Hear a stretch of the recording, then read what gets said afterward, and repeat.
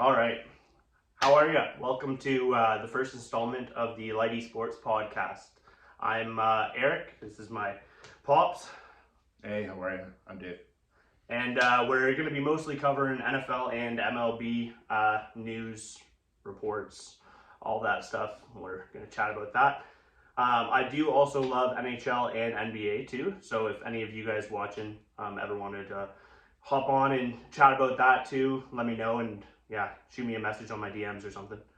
And then we plan on also recording probably every Thursday, just like we are today, with uploads every Friday. Yeah. If you wanted to follow as well, you can follow us on our Instagram and YouTube accounts, which is LightySportsPod. And then I have a personal X account too that you can follow as well. It's just LightySports. I'm Dave. I'm his dad.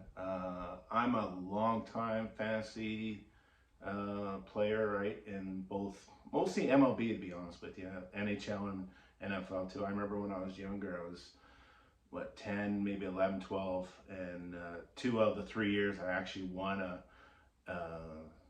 fantasy baseball pool, and I actually had a cool trophy and all that. But I had to send in my lineup through mail every week, and then the following week I get the results back based off my lineup. I remember it cost a lot of stamps, but so it just gives you a history. I know I'm old, and really go back in time and how it used to be. Now everything's online. I'm a big NFBC player, both football and MLB, and obviously some local pools too. So that's Right. pretty much my fantasy history. Cool. And before we also begin talking about football and baseball, we do encourage all of our viewers to drop some questions into the comments section if you have any, and then we're going to try and take 10 minutes out of our podcast next week to answer those. I look forward to doing this, by the way. Cool. Yeah, me too. It's exciting. So we want to do. We'll talk NFL first. We'll talk briefly about the follow from this past weekend. So Houston beat Indy, and Tennessee beat Jacksonville. Tennessee beating Jacksonville helped Houston clinch. Jacksonville choking. Yeah, that happens a lot. Green Bay clinched. Miami lost to Buffalo, which gave Buffalo home field advantage. Go Bills. Pittsburgh clinched with win, and Jacksonville lost. Again, Jacksonville choked. And then Dallas win at home, so against Washington. That wasn't much of a game. It was Washington. Yeah, it was a blowout. And Philly lost to the Giants, so Dallas got home field advantage there as well. So let's do our super wild card picks for the upcoming weekend. First game of the weekend is on Saturday. It's my team. By the way, I forgot to mention this in the opener. I'm a Browns fan. I'm a Jays fan. Like the Sens, like the Raptors. Those are my teams. So the Browns, unbiasedly, they're gonna win this game. They are gonna win this game. I'm a Leaf fan, so I bleed blue. Like the Red Sox, like the Jays. AL East is good. NFL, follow the Bills, right? Running on the Buffalo. If you've ever been to a Bills game, it's absolutely phenomenal. I'm curious to see what the tailgate is going to be like this weekend, but that's a different story. All right, Hopefully they're not going through too many tables. I like Houston this weekend. I know. Browns by 1 million. Yeah, not gonna happen. Here's why it's gonna happen. All right, Joe Flacco, 4 straight 300+ yard games coming into the playoffs. That's a big deal. The Browns defense, top defense in the NFL, only allowed 3,149 yards all season. Second behind Carolina. That's surprising, but Carolina, it's probably because of bad field positioning and whatnot. They're always on their own 30. But that number too, like the 3,149 yards, is inflated because our last week of the season, we played all of our practice squatters, got killed. Doesn't matter. Didn't even score a touchdown. Yeah, we did. Did you get one? Yep, Jeff Driscoll threw one.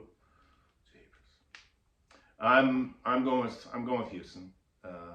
CJ's just that quarterback's just lights out. Just he's under pressure, no issues, doesn't give the ball up. He looks like he's been in the league for 10 years.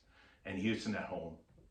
I know it's 2 good Ds going up against each other, but I know you're a big Browns fan, but CJ's going to be an all-star MVP in this league in the next 5 years. I'm telling you that right now. He is just lights out, error-free quarterback. It reminds me so much of the old school quarterbacks. So love him completely, and I know it's going to be defense versus defense, two good Ds, and whoever really gives up the most giveaways is, it's going to be the problem, right? Whoever does the most giveaways. I'm not a Falco fan that much, but the guys, came off the couch, the 4 straight 300-yard games. Yeah, whatever. Every time With regards to CJ, love him, talented dude. Going to be probably the best quarterback in this league when Mahomes is out there, but sooner rather than later, he's going to be a top 5 quarterback. This year, Stroud has the 3rd lowest QBR in the entire NFL against teams that play man coverage. The Browns play the 3rd most man coverage in the entire league. His QBR is 38.8 against man coverage. That is bad.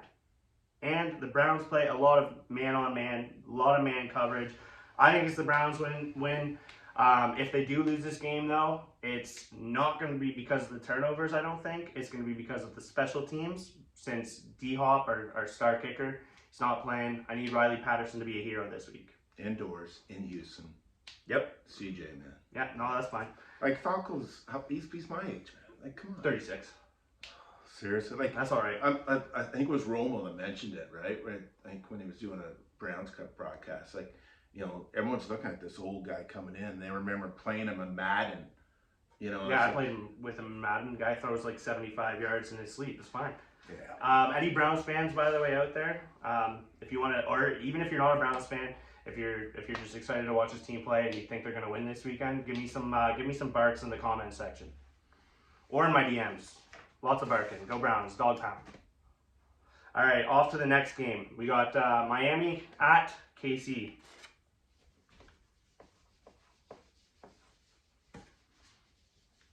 Casey.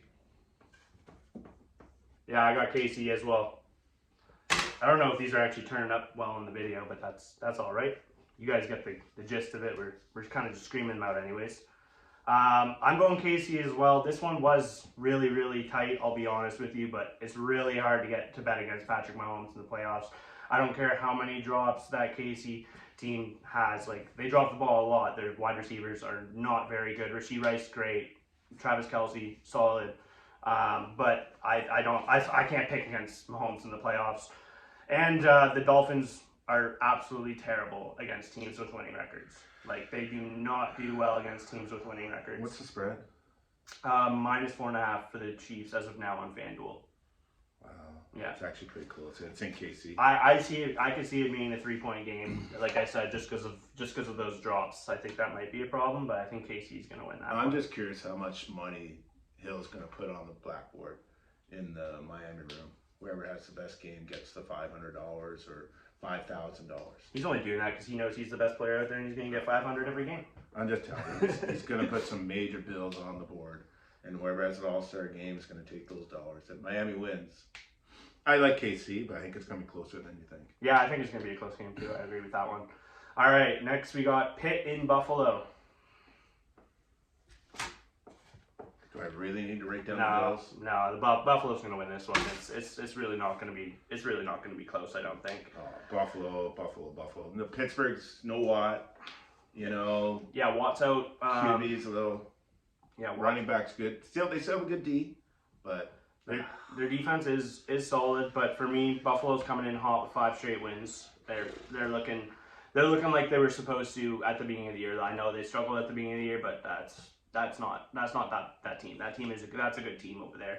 To be honest with you, even with Watt, Steelers fans, don't come at me. Yeah, we're rivals. I'm a Browns fan, like I said. I don't think you're a very good team. Mike Tomlin deserves all of the respect in the world, though. That guy's brought you guys to winning seasons now, I think, like 20 years straight, something silly. I don't have that stat off the top of my head, but I know it's been a while since they haven't had a winning season, so I'm looking at Mike Tomlin. He's a respectable guy. And then a little bit more news to know for this game. Gabe Davis has a PCL sprain. He's out. He's fantasy boomer bust guy, biggest fantasy boomer bust guy ever. You're getting either 0 or 20 from him. But the thing with him being out, I would look to Josh Allen and James Cook running the ball more. Well, I actually think Fournette's going to get a few carries this weekend, to be honest with you. Yeah. Yeah. Yeah. I like Bills to just, it's not going to be close. I don't think it's going to be close either. No, I think it's going to be Bills. I think the spread was like minus 11 Bills or something. I might even take it. I might take over that. I'd go over that. Yeah. I'm curious, the weather won't be a factor. It's Pittsburgh, Buffalo, it doesn't matter. But that tailgate beforehand, that's going to be a blast. Yeah. That's just going to be a blast. Yeah, I agree. Next game, we got Green Bay in Dallas. Look, Jordan Love has been killing it. He has been for the last since he got in trouble by the media. Everybody was giving him heck. He was deemed no good. I think since then he's gone 14-1 passing touchdowns to interceptions. But yeah, we're going Dallas. Especially at home, they average actually 37.4 points per game when they're playing at home. I'm not sure if you saw that, but that's pretty big. They've got an elite defense led by Micah Parsons. Bland is going to probably get another pick six. I mean, I don't know if he has for a bit, but he had 6 this year, which is crazy. I don't think this game is going to be particularly close. I do think Green Bay is a better team than people are leading them on to be. Like, they're 9-8, sure, but over the last few weeks they've been really good. I don't think they can match up with the Cowboys. I think the Cowboys win that one. Youngest team in the playoffs. You got to lose to win. I know it's an old baseball saying you got to lose in the playoffs to actually win a series in the playoffs, but I bet the farm on the boys this weekend. Yes, Sammy D bet the farm on the boys this weekend. All right. Shout out Sammy D. Those boys are just gonna smoke them. I'm actually shocked Packers won 9 games this year. I didn't have them down for 9 games at the beginning of the year. Their wide receiver core is young, but honestly, some of them look pretty good. Jaden Reed's looked really good. Yeah. All right, we got the Rams visiting the Lions. This one has been 50-50 everywhere. Lots of people liking the Rams. Lots of people liking Detroit. I'm going Detroit. Detroit's going to win this one. You got the Lions too? Oh, I got the Lions. Yeah, I think it's a fun offense out there in Detroit. I think Coach Campbell's going to have them ready to play. Out here always talking about biting kneecaps off. I know this guy drinks like 12 to 14 coffees a day. He said, like, he's crazy. He's going to be in their faces pregame. The boys are going to come out. Coach of the year this year. Coming out. I don't think he's coach of the year. We'll talk about that after. And hey, credit where credit's due. The Rams have won 6 of the last 7 games. They're a good team. Puka Nacua setting records as a rookie. They're a good team. They still got Cup, but Stafford has never won a home game in Detroit, which is where he started his career, and I think that's going to continue. I don't think they get a win. How is Cup? Is he still hurt? Oh, he's healthy. Is he healthy now? Yeah, he's healthy now. I like Detroit. I think St. Brown's going to have the best career playoff game for the Lions in history. Yeah, so he's going to break CJ's record. Shout out Sun God, Amon-Ra. Yeah. Yeah. And then I would, I do a little bit of online betting with Bet365. I don't know if I'm supposed to put that out there, but I just did. I'll be putting money on St. Brown this weekend. So he's going to have a career playoff game this weekend. Better than Calvin Johnson? Yes. Calvin Johnson, by the way, in his career, he only played 2 games in the playoffs, which is sad for probably the best wide receiver I've ever seen play. He had 17 catches, 296 yards, and 2 touchdowns in 2 games. That's pretty hard to beat. Almost 150-yard average per game, but we can see it happening. Amon-Ra is the man. Oh, absolutely. He is the man. LA's defense, he's just going to own them. Especially the secondary. Yeah, I agree. And then we got the Bucks and Philly in Tampa Bay. I think I know where he's going. I think we might have some different. Fly, Eagles fly, baby. No. Eagles. We're rolling Baker. Baker's going to get it done, man. Look, Baker joined only Tom Brady this year, by the way, as the only Tampa Bay quarterback in history. Finished with 4,000 passing yards, 25-plus touchdowns, and 10 interceptions or less. He had a great year this year. And with the question marks in Philly, man, Hurts is going to be operating with an injured finger. Did you see him? Yeah, he's it was like nothing. Did you see the video of his finger? I did. It popped right out. But he popped it right back in. That's so yeah, fine. let's go. He's going to be nursing it. AJ Brown, he's going to be nursing his injury. Devontae Smith's coming back from injury. He might be nursing that too. And the secondary in Philly has been awful. Mike Evans, Chris Godwin, both going to have big games, I think. Philly's lost also 5 of the last 6 games. They're the 31st in pass defense, 30th ranked total scoring defense. Coming in, Philly should have been the favorites. You know, before the season started, they were 10-0. I don't have them winning this game. Oh, what's the spread? 3.5, 4, 5? I think it was, last I checked, I think it was 3 on FanDuel, -3 on FanDuel. No, Eagles are going to cover. I got a good buddy of mine. He's down in Philly. He's got season tickets, has for a year. And, Mike Trapp, good guy. If I go against the Eagles, he's just going to bash me on social media. So there's no way. Eagles all the way this weekend. Tampa Bay, no way. Look, man, it's all about the defense for me. It's all about the defense for me. Philly's defense has been atrocious. It's in Tampa. Tampa's the 4 seed. It is in Tampa. Yeah, because they're in that worst division in football. They're 9-8, and they make it as the 4 seed because they're the ones that won that division. So still going Philly. Alrighty. Now, we're also, I forgot to mention this right before we started doing the picks. We're going to keep track of all the picks that we've made. And at the end of this, whoever has the most picks up until after the Super Bowl, like when the Super Bowl ends, he gets me a beer, I get him a beer. I'm not buying any of that cheap beer, too. I'm getting good stuff, right? Yeah, sure. You request what kind of beer you want. You got it. When you, but you're not going to win, so. All right. Let's talk about some season awards. We had a big discussion on Christmas about who we thought the MVP was going to be. You really want to go there? Yeah. MVP, okay, is a quarterback's position. They have Offensive Player of the Year as a separate award for a reason. The most valuable player on every team is the quarterback. Everything's done through the quarterback. It's the most important position.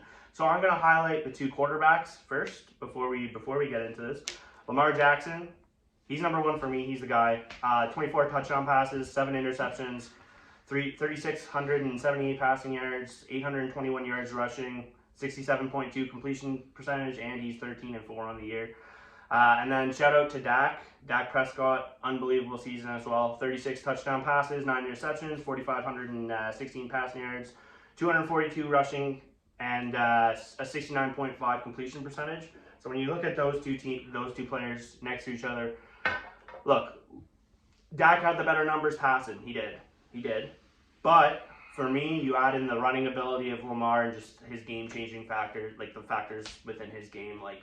Hey, he's the guy. Lamar's a big AEW fan. I remember him at the AEW in Baltimore. And then his guy, Christian McCaffrey.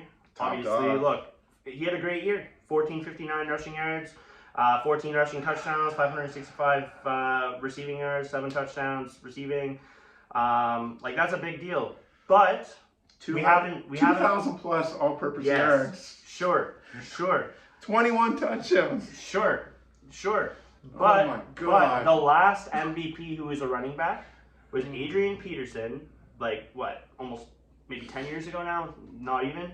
He never had over 20 touchdowns that year. He had more all-purpose yards than him, and there was also no quarterbacks at that time during that season that performed as well as AP did.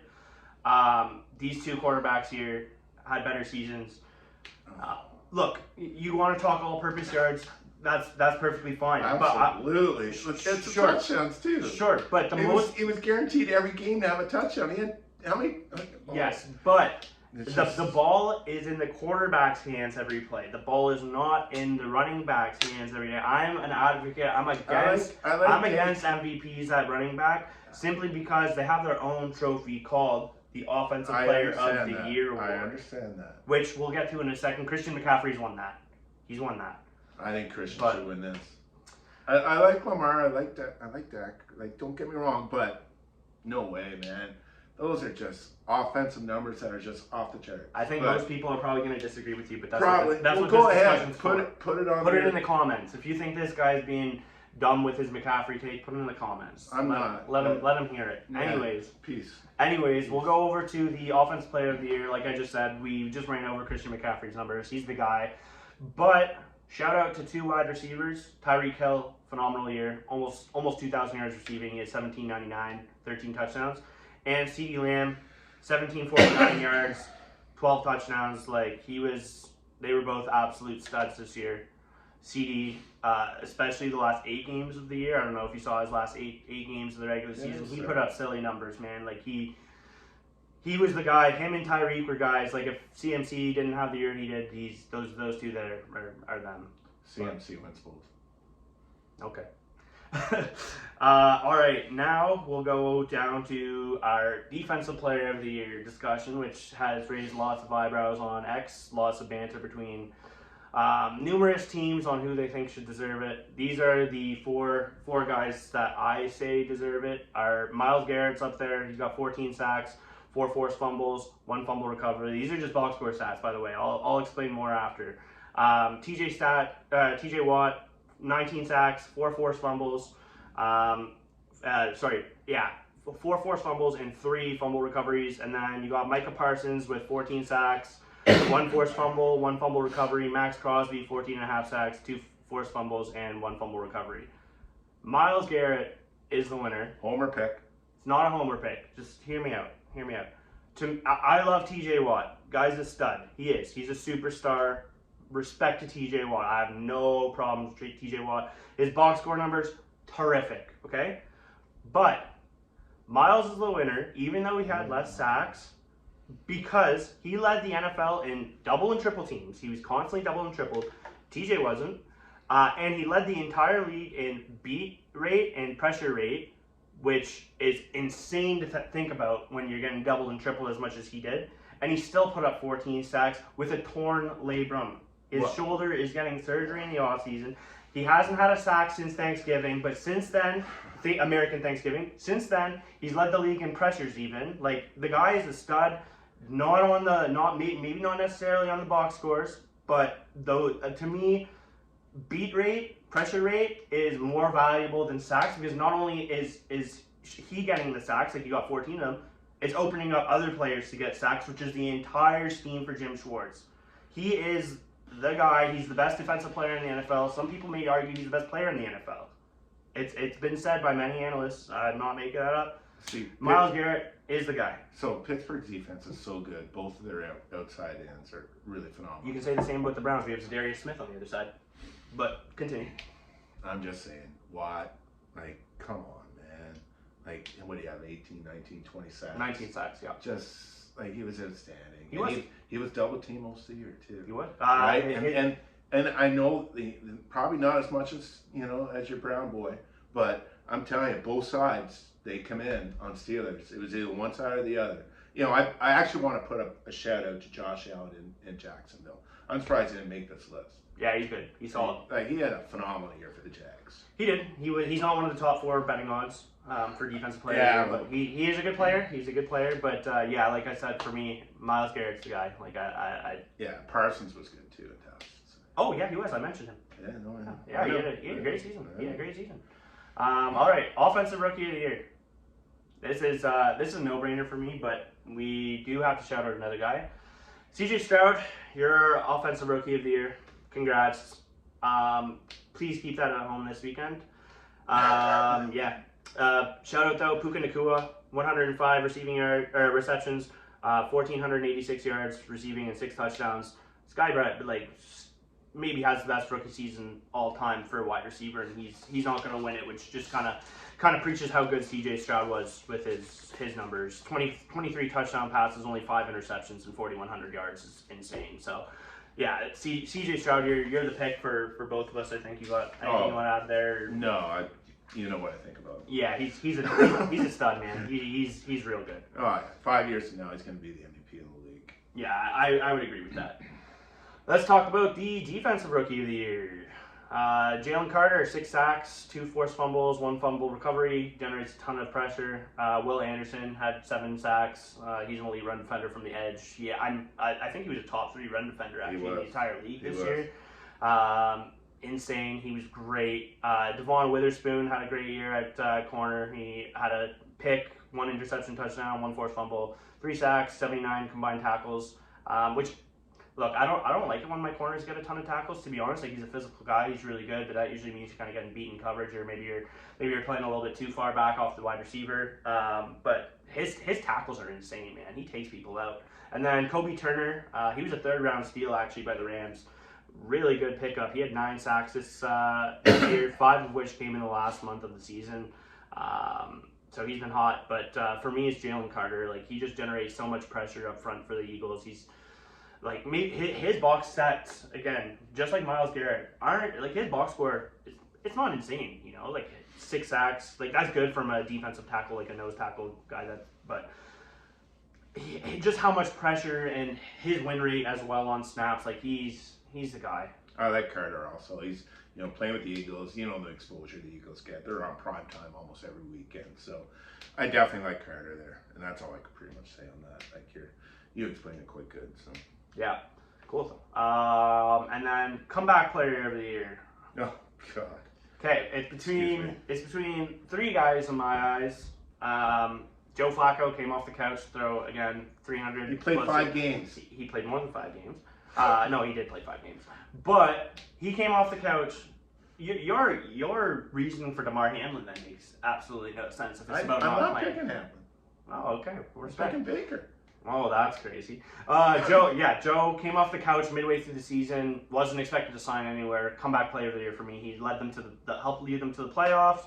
DeMar Hamlin, 2nd best odds according to like FanDuel and stuff like that. Look, all respect to DeMar Hamlin. Okay, all the respect in the world. Coming back to even play a couple of snaps is really, really impressive from what happened. But he played 3 snaps all year, and 2 of them resulted in penalties. Like, to me, if you're going to win comeback player of the year, you have to contribute to that said team. Did he play special teams though? Yeah, he played a little bit of special teams, but most of the games he was inactive for. Like, he didn't, like, he might have been active for a handful of games.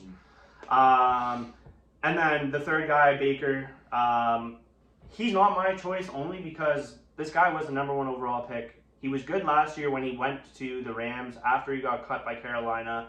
It's not like he was a slouch, like he had a losing record with them last year when he signed there, but he's always been pretty decent, minus the year he was at the Browns where he tore his, I think it was his labrum, and broke his shoulder. He played through it and was awful. But shout out Baker, good guy, good Brown.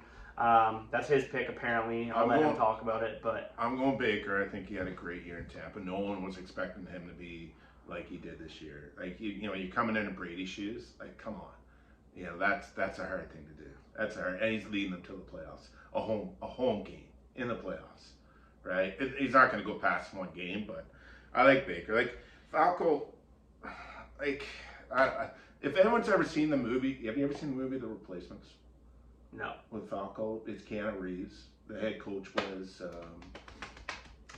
forget his name, but it was a movie. It's a football movie. It's a football movie you have to see. And Keanu Reeves was a quarterback. Oh, I have seen that movie. There were about scab players playing in the NFL, and Gene Hackman was the coach. And at halftime, they interview, you know, Falcon didn't play the last game because the strike ended. They came back, and I'm sorry to rant on about this. This is what I think about Falco. Every time I hear that name, I remember Keanu Reeves and that. And the guy goes to him, and this is the only thing Falco has. He goes to the reporter. He's got, what we need to win is heart. We need heart, and that's the only thing Falco has is heart, because he plays with a lot of heart. But I gotta go with. I think it's kind of unfair to say Flacco only plays with heart. This guy has probably the strongest arm, like, maybe ever. There's videos of this guy in high school or college throwing from one end zone to the other. Like, he is a freak with his arm strength. Like, sometimes he makes questionable decisions. He'll throw the occasional too many picks. It can be frustrating, but with a defense like the Browns behind them, you can get away with a few picks here and there if you're throwing 300 plus yards. Go watch the movie The Replacements. It's actually very good. You heard from him, The Replacements. All right, Coach of the Year. I got We got Kevin Stefanski, 11-6. We got D'Amico Ryans, 10-7. Dan Campbell, 12-5. Sean McVay, 10-7. John Harbaugh, 13-4, and Shane Steichen at 9-8. Stefanski. It's a big list, eh? Yeah, that's. I pulled it off somewhere. Kevin Stefanski has dealt with the most injuries this year. They have the highest salary on the IR by any team, and they're the first playoff team to ever start 4 different starting quarterbacks in a season. I don't know what else I need to explain for this guy to get the credit he deserves. He is the best coach in the NFL today. 4 different starting quarterbacks. PJ Walker, come on. PJ Walker beat the Ravens. And it's not because PJ Walker is a good quarterback. I'm sorry, PJ Walker. Kevin Stefanski's a genius, man. He's a good coach. I'm going Dan Campbell in Detroit. He's changed the entire attitude there, winning attitude, winning atmosphere. I know you ranted on him earlier about coffee or whatever, but he's a great coach. He is a great coach. And just the way the Lions are playing under him, like they play for each other. They play for the jersey, right? They play for the on the front, not the name on the back, on the front. My only argument there, as good as Dan Campbell has been, the Lions were projected to be a really, really, really good football team this year before the season started. Mm-hmm. The Browns, before all the injuries happened, were expected to be a really good team this year as well, with our defense and Deshaun, who flopped this year. But once Nick Chubb went down, once Deshaun went down, once all of our star players went down, everybody was done in the mouth. I personally didn't think we had a chance at all once Nick Chubb went down. And he somehow pulled it off, so I think he's the winner there. Peace. But Peace. yeah, I can see where Dan Campbell is a good choice as well. D'Amico Ryans again too. Like, the Texans weren't supposed to be great. Usually, starting quarterbacks in the first season aren't terrific, and he made a rookie quarterback do insane things. I don't know if it's coaching or if CJ Stroud's just a freak, but yeah. Speaking of coaching, why don't we talk about some of the crazy fallout from Black Monday this week, which is typically the day where a whole bunch of firings happen. A couple have carried over since, but Arthur Smith out of Atlanta, good. Ron Rivera out of Washington, good. It was time. Mike Vrabel out of Tennessee is insane to me. This guy was a coach of the year, former coach of the year, and he hasn't been working with healthy players, and just an overall, like, the roster it wasn't constructed great. I think he's a great coach. I would love to see him back in New England, where he played as an NFL star. Like, he was a Hall of Famer there. Like, I think he's going back to New England. Pete Carroll's out of Seattle, which also crazy. Yeah, wow, the old guy. Yeah, and as of today, actually, Bill Belichick has been officially let go, and. I'm not gonna miss the sweatshirts, the hoodies. Yeah, shout out his hoodies. But I also heard a rumor that the Patriots might be looking within and signing their linebacking coach, Gerard Mayo, former also New England Patriot, was a star, as their coach. But I think Mike Vrabel's the fit there. Like, I think he's the best coach that's remaining as a free agent coach. Like, Bill Belichick's been great. Best coach, maybe all time Hall of Famer, you know. But I think his time has come, and I don't think he should be a GM either. Like, if he's gonna move on, he did say he wanted to coach still, so I could see him maybe going to Washington, Atlanta. Could see him maybe going to Carolina, even developing Bryce Young. He was really bad this year as a rookie quarterback, but maybe he sees upside there. Yeah, he's a control freak, though, I heard. So he's going to be head coach. He won't be an assistant, guaranteed. Yeah, I don't think he's going to be an assistant either. But yeah, Bill Belichick, shout out. Going to give him some love here. Belichick has a 500 record or better against every team in NFL. Fun fact. That's insane. In 24 years, this is a fun fact. In 24 years, 213 head coaches for all other 31 teams. The New England Patriots won. Bill Belichick. 6 Super Bowls, and like I said, he said that he was going to continue to coach. So he had a couple good quarterbacks in there too, just letting you know.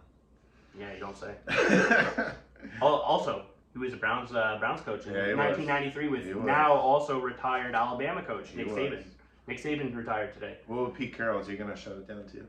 No, No, Pete Carroll, I think, is going to their front office, is what he kind of hinted at yesterday. Like he said, yeah, he said that he made a push to be the head coach still, like he was pushing, but I think he's going to move to the front office.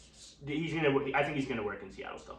He's got a good arm. You ever see him throw the quarterback through the ball? No, I've seen him throw his gum a lot though. Oh yeah, like on the sideline, he takes the gum out, throws it out, he does. stands, throws another one. Shoots out of the bubble, right? The big, yeah. You know. So. All right, so that's all of our talk for football this week. Now we're gonna get into a little bit of baseball. I think we only have maybe 15 more minutes here, but we're gonna rip through that and we'll talk about. I'm assuming we're gonna start with the Jays. Yeah, we're gonna talk about some Blue Jays. Their off season so far has been underwhelming. Okay, I'm wearing a Blue Jays sweater right now, although I don't really want to. Kevin Kiermaier signing, great, good defensive center fielder, sure. Isaiah Kiner-Falefa, depth. Look, good defense. We already had an elite defense coming into the year. That is not where our focus should be. We need somebody that doesn't have a noodle bat, that will put the ball into the stands and clear some bases, because we lost in the playoffs last year because we couldn't hit people off base. We left way too many people stranded. We need power. We don't need pitching and defense. We already have that. We need one more piece that can hit the ball out of the park 30 to 40 times. Why don't we leave Jose in there and let him pitch a few more innings? Pitching and defense wins ball games. That too. That was dumb. That was dumb too. Pitching and defense wins ball games. Yeah, which we had though. I know, but we had let him pitch. We had the best defensive outfield in the league last year. We have a perfectly good infield. Well, Chappie, we're gonna miss Chappie. We're gonna miss Chappie. Also a noodle bat. Yeah, Vladdy's again, too. Right? Again, so. we need power in our lineup. Why don't we get Vladdy, who's going to be 20, 30 pounds lighter. His bat's going to be good this year. He's going to get the speed, right? Bull missed, a month last year? Bull's a great hitter, right? Like, you know. We're missing that middle power ball guy. Like, we need somebody that's going to hit the ball out of the park. I actually want them to bring back Brandon Belt. I love that left-handed bat. Patience. He took the most pitches of all Jays last year. Yeah. Right? And he walked a ton. Sure. He hit number 3 or 4. Sure. But his numbers weren't good. He was not playing consistently. He just walked a lot. He strikes out a lot. He can't hit a high fastball. I think he had the worst average in baseball last year hitting high fastballs. Like anything above the belt, like, no pun intended, Brandon Belt, haha. No, we're not looking at Brandon Belt. I'm not going out and spending dimes when we were that close on Shohei Ohtani. Give me something better. Like, it's been a losing offseason for the Jays. Like, I'll put it bluntly, it hasn't been a fun one. But yeah, well, we're gonna move on from that. They need a bat. That's what you're saying. Yeah. I like the added defense. I really do. I'm okay with added defense, but the fact that that's the only thing that they've done so far is mind blowing. Like that can't be it. We need somebody to drive in runs. All right, let's talk about some free agency, trade news and such. The Mets signed Sean Manaea to a 2-year, $28 million deal. You can give me your thoughts on that. Oh, you know my thoughts on that. Why is Steve Cohen signing another overrated pitcher? You know, way late in his career. I just don't understand that. Like, they have the total Brewer front office in there. They should be trained for Burns in Milwaukee right now. Like, I don't get the signing of Sean Manaea. I don't. He's awful. Yeah. He's got good hair, but he's awful. Look, I don't think I hate the signing as much as you do. But I do agree, like, I definitely think that they should be shooting a lot higher. He had a WAR of 0.3, which is not good, an ERA of 44. And that's in San Francisco, a pitcher's ballpark. Yeah, and typically a 1 WAR player, so for those watching that don't know what WAR is wins above replacement. So kind of it's the best tool to determine whether a player is good or not. But typically, if you have a 1 WAR, you're worth $10 million. He had a 0.3 WAR, and he's making 28 over 2. So that to me, like that's 28 over 2. Yeah, that's an overpay. I don't really know where the Mets are going. That's extremely overpay. But yeah, no, I don't love the signing. They should be trained for a young arm. You know, maybe some of the Reds. I know they're not going to touch the Marlins because it's they're in the same division, but they should be going after maybe Dylan Cease and the White Sox, right? Go after Burns and Milwaukee. I'm telling you, Milwaukee's going to be cutting payroll, right? And then like Burns his arbitration last year, he said at the end of it, I'm leaving. So he's going to trade him. It's just a question of when, and so. Yeah, I think they need to shoot higher. The Mets also signed Harrison Bader to a 1-year, $10.5 million deal. I think this is kind of similar to what the Jays are doing with Varsho and Kevin Kiermaier. Varsho is a superior center fielder than he is in left field, but he still brings great defense there, and I think you'll be able to slide Bader to left, Nemo to left, one of the two of them to left, and the defense will be great. But again, a noodle bat. Like, he had a .6 WAR last year, not a good hitter, good base runner, good fielder, bad hitter. Yeah, don't like the signing at all. They got Nemo there, and I don't like the signing at all. Yeah. I don't like the Mets. I don't like the Mets. I like Pete Alonso. Just so you know, I do like Pete Alonso. I don't like the Mets either. But no. Any Mets fans in the comments, you can boo us. Yeah, but you guys you're destroying it, man. And you got all the money in the world, and I just don't get it. Yeah. The Dodgers signed Teo Hernandez, Teoscar, Blue Jays legend. 1 year, $23.5 million, with $8.5 million of that deferred to be paid between 2030 and 2039. The Dodgers doing that with. They did that with Ohtani. They're doing it with everybody. They're doing it with everybody. Everybody else needs to sign up. This is good business to me. Like, why aren't other teams thinking like this? I don't know. Especially when there's no cap in the MLB. Like, you'll probably have that money in the future anyways. Like, well, the Dodgers will always have money. Yeah. I'm not a Tail fan. I think he's probably one of the worst defensive right fields. He's going to replace Mookie Betts in right field. Mookie Betts is playing second base. Can you imagine watching Tail go around in circles every fly ball in right field? Like, come on. Look, man. I don't like the signing at all. Don't like the signing at all. And he's going to be awful in the room. It's going to be awful. He's like one of those happy, friendly, cool. Yeah, what's wrong with having fun? No way, man. What's wrong with having fun? Nothing wrong with having fun. Don't listen to that. Hayward might actually straighten him up. I'm about to talk to you about Hayward. I have no problem with this signing whatsoever because, one, chicks dig the long ball. Guy hits a bunch of home runs. I like it. Don't worry about defense. You don't have to worry about defense. That is why you have Jason Hayward. If you are in a tight ball game, you think you're going to lose, you bring him into pinch field. It doesn't it's a 1 year contract. There is no such thing as a 1 year contract, bad 1 year deal. I remember when the Jays signed Marcus Semien after he had his bad season there in Oakland. Yeah. We signed him to a 1 year deal worth $18 million. People were enraged. I think it was 18 million. Maybe I might be off on the salary, but everybody was enraged because this guy was coming off a bad year. Whatever. There is no such thing as a bad 1 year contract. Never such thing. No such thing. All right. Shoto Imanaga signs with the Chicago Cubs. Cubs did something. It's about time. Oh, I should touch on Teo. He did also have the 20. He has 2.1 WAR last year, so he was valuable, making him worth exactly basically what he was signed. Are we going to talk about his replacement in Seattle? No. Shoto Imanaga signs with the Chicago Cubs. Rumored to be up for about $80 million over 4 years with an option for a fifth year. Reports have also said that apparently he took half of what he was offered from another team. Oh, what was the other team? They haven't said what the other team is, but apparently someone offered him double, and he wanted to be a Cub. So good on the Cubs. Is he good friends with the other Japanese Suzuki there? Maybe they might have played together. I'm not 100% certain on that, but that might have been a factor. Yeah, I think it probably had a factor, but he has had a sub-3 ERA since 2018 every season in Japan. So I think it's going to be a good signing. You never really know when you sign people from KBO or Japan just because they've never played MLB baseball before. It's a bit of a different game, but I think he should adjust based on the numbers that he put up there. I think that was a really good signing.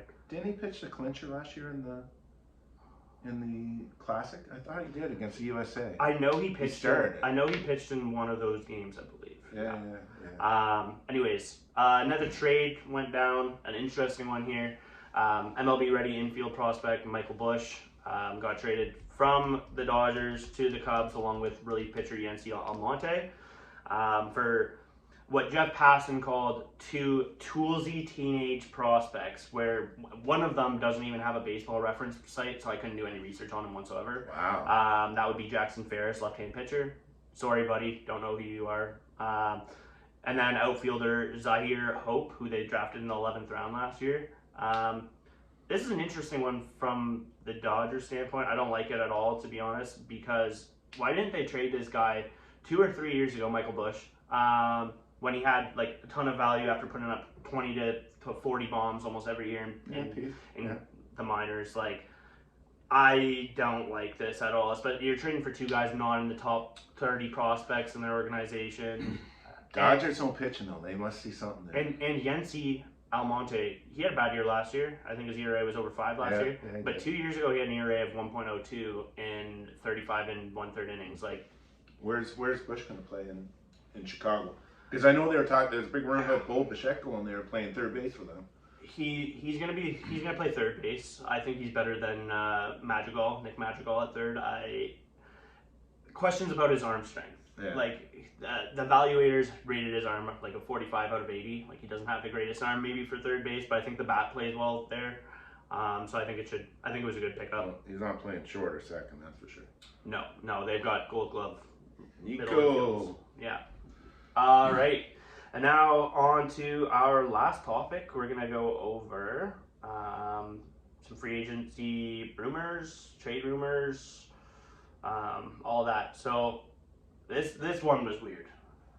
The Red Sox are apparently fielding offers on Masataka Yoshida and Kenley Jansen. I have no idea what the Red Sox are doing. Kenley Jansen. Red Sox haven't had a closer since what? Papelbon days. I know Kimber was there for a bit. I don't get this either. You know, like, leadoff hitter, Japanese outfielder. Like, come on, keep him. And Jansen, keep him. You need a closer, guys. I don't get it. The only thing that I can think of Don't get it. as to why Boston's doing it, like, Masataka Yoshida is not a good defender, and they were expecting a lot more power out of him, I think. But I agree with you. I played left field. I don't monster, man. I don't understand it. Like, he's a good hitter. I don't get it. Blue Jays are interested in Jorge Soler. Yes. Jock Pederson. Yes. One of those two. Come to the Blue Jays and save me from my misery. We need home runs. Soler, okay, last year had a 1.8 WAR. It's only that low because he didn't field. He's a hitter only. Yeah. Okay, 36 bombs in a spacious Miami field. 75 RBIs, and he had a 90th percentile. He's in the 90th percentile on hard hit percentage. Then you got Jock, 0.6 WAR, again low because he didn't field much. Did he wear the pearls last year? Or was that just a playoff? I think it was a playoff thing. 15 home runs, 51 RBIs. He only had 353 plate appearances, so bumped that up. And he had a 96th percentile on hard hit percentage. We need power. Come on down. Yeah, Soler, yes, not Jock. No. I like the left-handed swing of Jock. I think the left-handed bat honestly plays better in the lineup. That's why I put Jock. But Bring back Belt then. Bring back Belt then. Yeah, but Belt provides way less power.